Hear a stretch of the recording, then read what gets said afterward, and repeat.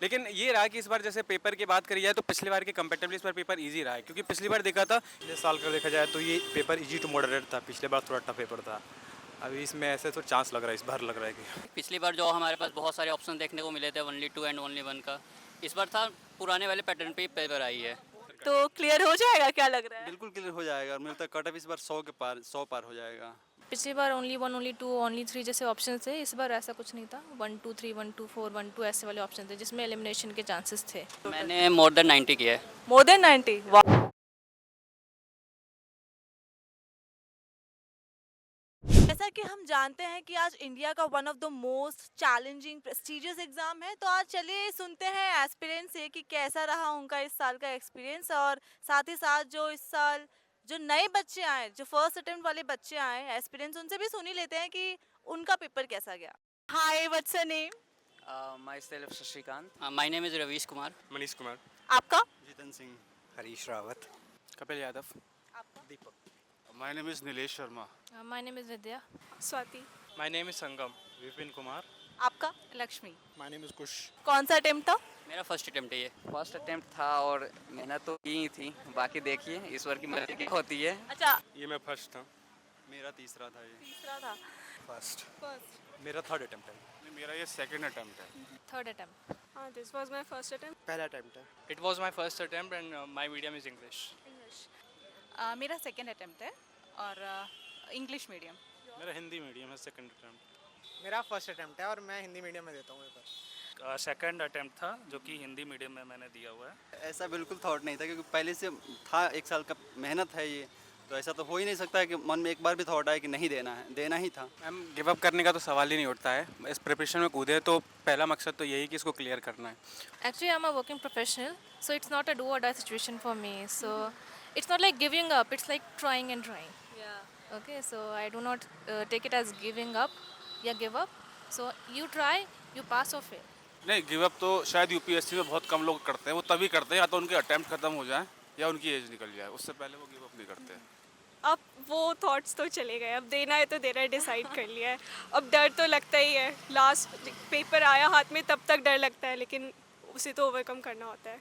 नहीं, give up करने का मन नहीं है। ये कंपटीशन ऐसा है कि इसमें आप अगर एक बार भी अगर फेल हो जाते हैं तो नेक्स्ट टाइम आपको एक लर्निंग मिलता है। हर एक फेलियर से एक लर्निंग मिलता है, तो ये एग्ज़ाम आपको ये सिखाता है।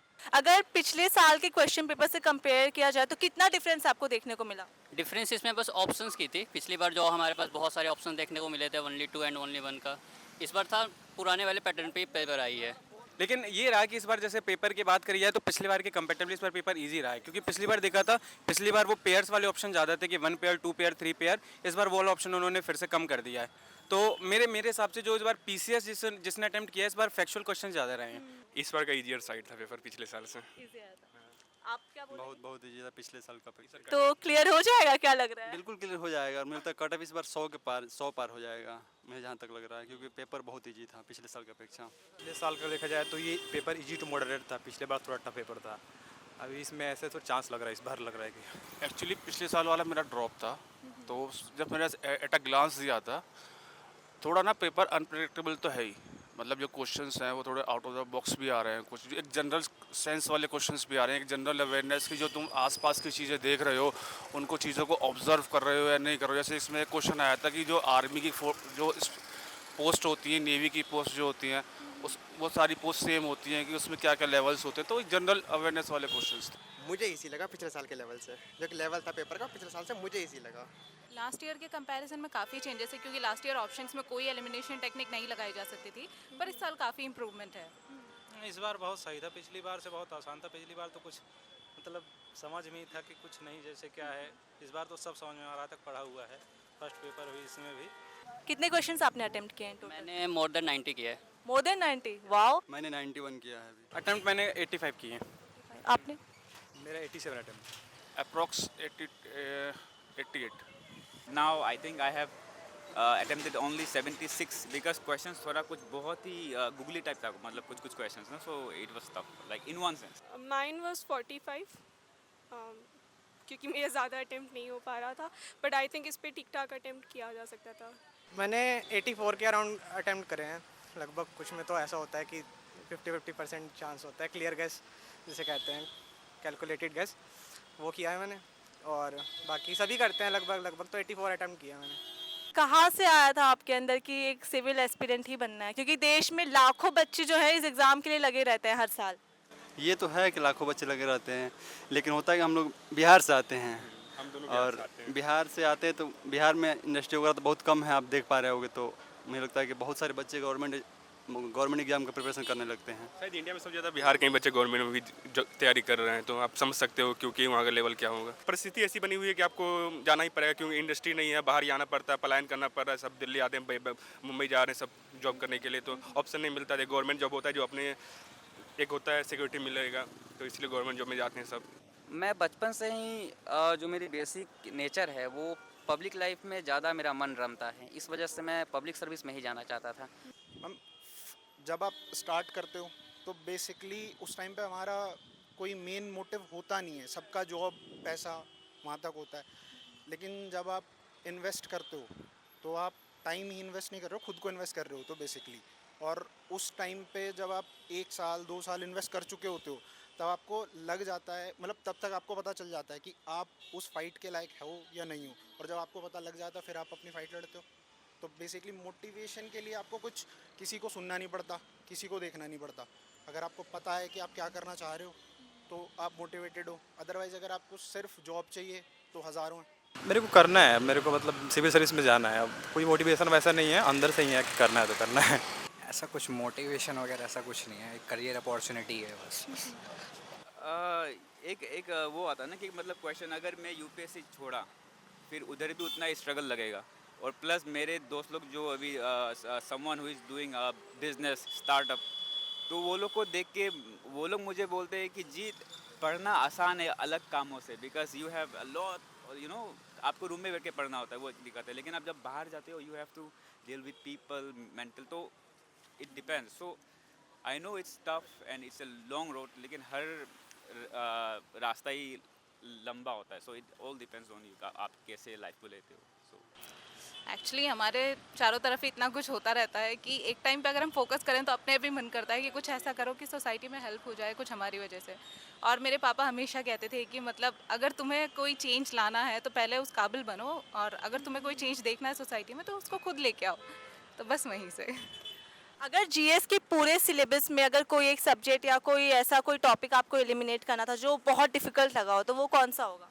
मेरे को हिस्ट्री के पोर्शंस ही थोड़े लगते हैं, क्योंकि उसमें अभी के पैटर्न में देखा जाए तो काफ़ी अलग टाइप के क्वेश्चंस पूछे जाते हैं, काफ़ी डीप क्वेश्चंस पूछे जाते हैं, तो हिस्ट्री के पोर्शंस को बोल सकते हैं। डिफ़िकल्ट कोई नहीं था, एक मान सकते हैं इकॉनमी को थोड़ा सा लेवल ये ले गया था, बाकी पॉलिटी तो बिल्कुल बच्चों वाला दे दिया था। ये इकॉनमी थोड़ा सा लेवल मुझे लगता है कि ले गया था, बाकी सब नॉर्मल एवरेज था। Science and tech. Current affairs मेरे को लगा, क्योंकि मैंने पढ़ा नहीं था। पॉलिटी ईजी था, पॉलिटी बहुत सारे क्वेश्चन थे, 20 से ऊपर क्वेश्चन थे पॉलिटी के, और ईजी काफ़ी क्वेश्चन थे। हिस्ट्री के ज़्यादा क्वेश्चन नहीं थे, 4-5 क्वेश्चन थे हिस्ट्री के, बाकी सब ईजी था मुझे लग रहा है कि। For me, it is always geography. Always geography. Yeah.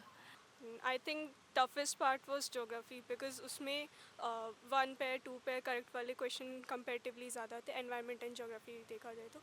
और polity section was good enough, like उसमें अच्छे अटैम्प्ट हो सकते हैं। लाइकवाइज हिस्ट्री, इकोनॉमिक्स, हिस्ट्री भी बेटर था लास्ट ईयर, सो इकोनॉमिक्स तो वैसा ही था जिसे होता है, लाइक ज़्यादा कुछ चेंज नहीं था। I think geography was the toughest part. कितने घंटे तैयारी करते थे आप एग्ज़ाम के लिए?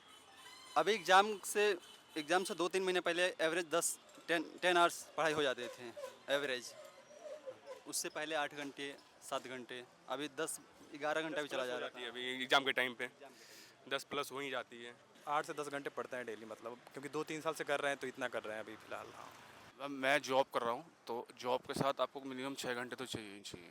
घंटे आई थिंक घंटे मैटर नहीं करते, कंसिस्टेंसी मैटर करती है आपकी। जैसे होता है कई बार कि कभी ज़्यादा भी पड़ जाता है, कभी कम भी पड़ जाता है, बट कंटिन्यूटी नहीं टूटनी चाहिए आपकी। घंटे में क्या बोले, इसको तो सालों लगते हैं। लाइक आई थिंक सालों की प्रिपरेशन और रिवीजन, पढ़ाई तो फिर भी आई थिंक कुछ मंथ्स में कंप्लीट हो जाए, बट एक्चुअल तो revision and takes a lot of time. How much you think कि कितना स्कोर कर पाओगे? इस वाले में जो अगर क्वेश्चंस के मैं मार्क्स के बेस पे, क्वेश्चंस के बेस पे कहूँ तो इस वाले पे 50+ क्वेश्चंस हैं, 80 में से ठीक मेरे। और पहले वाले में 100 में से 40+ का एग्जैक्ट है कि हाँ मैं श्योर हूँ उसमें। 100 में। वो तो अभी प्रेडिक्ट नहीं कर सकते हैं क्योंकि इस बार कट ऑफ हाई जाएगा, पक्की बात है, क्योंकि पेपर इजी रहा है। पर ओवरऑल अच्छा था, एक्सपीरियंस भी अच्छा रहा। मैम अगर प्रॉस्पेक्टली मेरी बात की जाए तो आई थिंक सो मैं मेंस लिख रहा हूँ। क्वेश्चंस कितने अटेम्प्ट किए थे आपने? क्वेश्चंस मेरा जीएस में हुआ है 67 और इसमें तो वही जस्ट पास आउट ही करना है, क्वालिफाई करना है, तो उसके भी पे भी मेरा 50 प्लस है। 8 दिन के लिए अगर आपके पास यूपीएससी की सारी पावर्स आ जाए तो आप क्या बदलाव लाना चाहोगे? इस बारे में मैंने कुछ सोचा नहीं है कभी। चलो, थैंक यू। क्या एलिमिनेट करना चाहूँगा, थोड़ा सा कोर्स कम कर दूंगा बच्चों के लिए ताकि they can study more and score better marks. Syllabus बहुत ज़्यादा वास्ट है और हमें कोई आइडिया नहीं लगता कि कहाँ से क्या आ रहा है, तो एटलीस्ट एक प्रॉपर फॉर्म हो जाए सिलेबस का कि तो एस्पिरेंट्स को थोड़ा इजी रहेगा। आई थिंक जो सिलेबस है, मतलब सिलेबस को थोड़ा डिफाइन कर दूं अगर, तो ज़्यादा बेटर रहेगा, क्योंकि हमें ये नहीं पता होता कि कहाँ तक क्या रेंज है, कहाँ तक जाना है। तो वो सबसे बड़ा। और कोई स्टैंडर्ड कहते हैं कि स्टैंडर्ड बुक्स हैं, ये है, बट उसका अब जो क्राइटेरिया पहुंच गया है वो इतना हाई हो गया कि आप कह नहीं सकते कि कुछ आएगा, कितना आएगा, 20% आएगा, 40% आएगा, 50% आएगा, तो वो बहुत वास्ट है। तो अगर हमें वो थोड़ा डिफाइन मिल जाए तो बेटर रहता है। I would, for the personal sake and maybe the thought of many aspirants, I would like consolidate the syllabus of current affairs for mainly. अगर मेरे पास पावर हो तो मैं ये चाहूँगा कि जो एज की इन्होंने वो कर रखी है उसको कम कर दें और अटैम्प्ट भी थोड़े कम हो जाएं तो ज़्यादा बेटर रहेगा, क्योंकि आते आते लोग इतने बड़े मतलब हो जाते हैं कि उनकी जो प्रोडक्टिविटी होती है वो कम हो जाती है ओवरऑल। जाते जाते एक और चीज़ पूछूंगी, क्या लगता है क्या होगा, कैसा रहेगा इस बार? ये मैं सीसेट के बाद बेहतर बता पाऊंगा। हमेशा तो ऑप्टिमिस्टिक ही रहना चाहिए, तो देखो अब यूपीएससी कंसर्ट्स की आने के बाद ही पता चलेंगे कुछ। डर लग रहा है मेरे को कि हो जाएगा। चलो, I wish you both all the best. Hope है, होप फॉर बेस्ट होप है, लेकिन बाकी तो फिर यूपीएससी के ऊपर है। आंसर शीट चेक करते हैं कैसी आती है कैसी नहीं आती है।